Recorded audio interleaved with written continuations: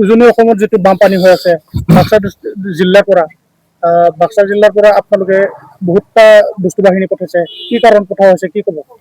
উজনি অসমত যেটো বানপানী হৈছে এয়া কোনো প্ৰাকৃতিক দুৰ্যোগ নহয় এয়া কোনো স্বাভাৱিক বানপানী নহয়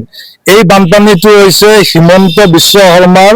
লোভিয়া আৰু খকুৱা চৰিত্ৰৰ কাৰণে সৃষ্টি হোৱা বানপানী এটো বিজেপি চৰকাৰৰ পাপৰ পৰিণাম কাৰণ নাগালেণ্ডত যে অবাধ কয়লা খনন চলি আছে শিল খনন চলি আছে বালি খনন চলি আছে প্ৰকৃতিক বৰবাদ কৰি দিয়া হৈছে আৰু এই প্ৰকৃতিক বৰবাদ কৰি দিয়াৰ প্ৰতিশোধ প্ৰকৃতিয়ে লৈছে আৰু ইয়াৰ কাৰণে হিমন্ত বিশ্ব শৰ্মাৰ পৰিয়াল ধ্বংস হোৱা নাই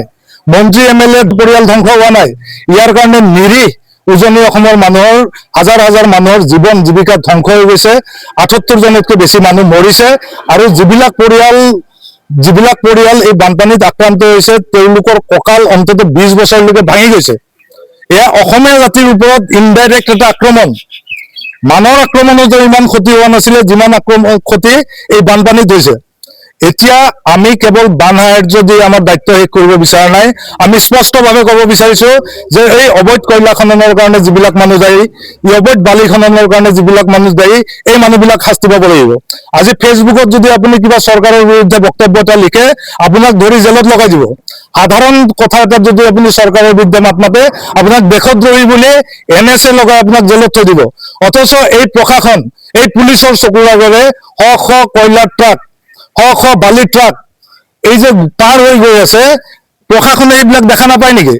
দেখা পায় যে প্ৰশাসন আৰু পুলিচৰ চকুটো মুদি দিয়ে তাৰ কাৰণ বুজিব লাগিব ইয়াৰ পিছফালে হিমন্ত বিশ্ব শৰ্মাৰ হাত আছে বিজেপি চৰকাৰৰ হাত আছে আৰু এই পাপৰ ধনবিলাক তেওঁলোকে গোটাব যাওঁতে গোটেই উজনি অসমৰ মানুহবিলাকক তেওঁলোকে পণবন্দী কৰিছে তেওঁলোকৰ জীৱন বৰবাদ কৰি দিছে আমি সেইকাৰণে ক'ব ওলাইছো যে অকল বান সাহায্য দিলেই নহব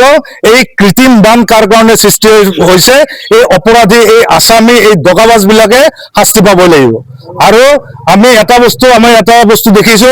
যে বিজেপি চৰকাৰে অসমৰ ৰাইজক ভাগ কৰাৰ যিমানেই চক্ৰান্ত নকৰক কিয় অসমীয়া জাতিয়ে দেখুৱাই দিছে যে বিপদৰ সময়ত হিন্দুৱে হওক বা মুছলমানে হওক বড়োই হওক বা আপোনাৰ কছাৰীয়ে হওক সকলো মিলি আমি বৃহত্তৰ এক অসমীয়া জাতি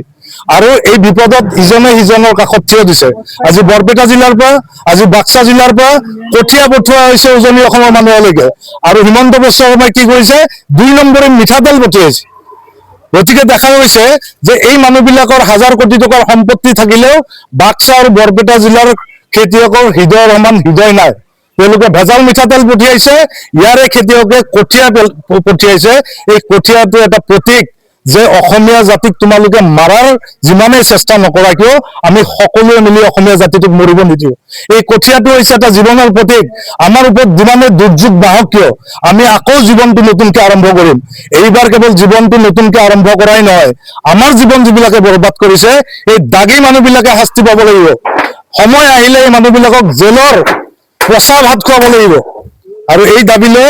আমাৰ এই সংকল্প যাত্ৰা আমি উজনি অসমলৈকে আমি কঠিয়া লৈ গৈছো যাতে তাৰে ৰাইজে বান শেষ হৈ যোৱাৰ পিছত আকৌ এটা স্বাভাৱিক জীৱন যাপন কটাব পাৰে কোন গাঁৱৰ পৰা কিমানখন গাড়ী আপোনালোকে কঠিয়া পঠাইছে এতিয়া বৰ্তমান আমি এক ট্ৰাক কঠিয়া লৈ গৈ আছো ইয়াৰ পৰৱৰ্তী সময়ত তাতে যেতিয়া পানীটো ভালকে শুকাব যেতিয়া খেতি কৰা পৰিৱেশটো আহিব পৰৱৰ্তী সময়ত ইয়াৰে খেতিয়কসকলে আমাৰ কথা দিছে বৰপেটা বাক্সাৰ খেতিয়কসকলে কথা দিছে যে আমাৰ যিমান ৰাহি আপোনাৰ কঠিয়া আছে আমি তালৈকে পঠিয়াই দিম কঠিয়াৰ লগত কি বস্তু পঠোৱা হৈছে কঠিয়া বৰ্তমান আমি কঠিয়াটোকে আটাইতকৈ গুৰুত্ব দিছো তাৰ উপৰিও আৰু ৰাইজে কিবা কিবি বস্তু দিছে সেইবিলাক বস্তু দিছো কিন্তু আমি এই মুহূৰ্তত মূলত গুৰুত্ব দিছো কঠিয়াটো